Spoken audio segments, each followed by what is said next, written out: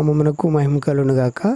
ఈ వీడియోను వీక్షిస్తున్నటువంటి మీ అందరికీ కూడా ప్రభు పేరట శుభములు వందనములు తెలియజేస్తూ ఉన్నాను. ఈరోజు మనము బైబిల్ గ్రంథంలో 4వ పుస్తకమైనటువంటి సంఖ్యాకాండమును గురించినటువంటి పరిచయాన్ని నేర్చుకుందాం. ఈ పుస్తకమును రచించినది ప్రవక్త అయినటువంటి మోషే. ఈ పుస్తకమును రచించినటువంటి స్థలము సీనాయి పర్వతం.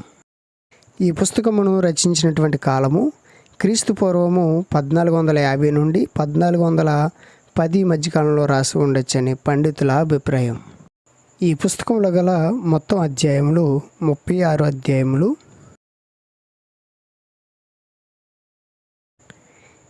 ఈ 36 అధ్యాయములో గల మొత్తం వచనములు 1877 వచనములు. ఈ పుస్తకంలో గల పెద్ద అధ్యాయము 7వ అధ్యాయము. ఈ అధ్యాయంలో 89 వచనములు కలవు. ఈ పుస్తకంలో గల చిన్న అధ్యాయము 17వ అధ్యాయము. ఈ అధ్యాయంలో 13 వచనములు కలవు. ఈ పుస్తకంలో గల మూల అధ్యాయములు 13, 14 అధ్యాయములు. ఈ పుస్తకంలో గల మూల వచనములు సంఖ్యాకాండం 14వ అధ్యాయము 22, 23 వచనములు మరియు 20 అధ్యాయము 12వ వచనము. ఈ పుస్తకంలో గల మూల వాక్యము సేవ మరియు సంచారములు. ఈ పుస్తకం యొక్క ముఖ్య ఉద్దేశం విమోచింపబడిన వారు సేవ చేయుట, అవిశ్వాసులను గూర్చి జాగ్రత్త పడుట. ఈ పుస్తకంలో గల ముఖ్యమైన వ్యక్తులు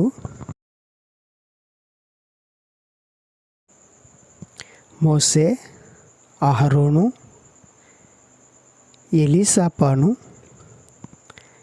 ఎలియాజరు, ఈతామారు, నయస్సోను, నెతనేలు, ఏలియాబు, ఎలీసూరు, సెల్యూమియేలు, ఎలియాసాపు, ఎలియాసామ, అబిదాను, అహియజరు,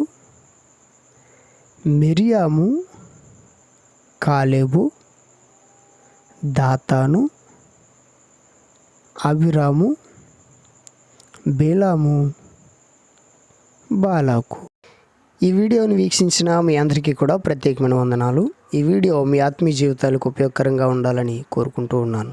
దేవుడు మిమ్మల్ని దీవించునుగాక. ఆమేన్.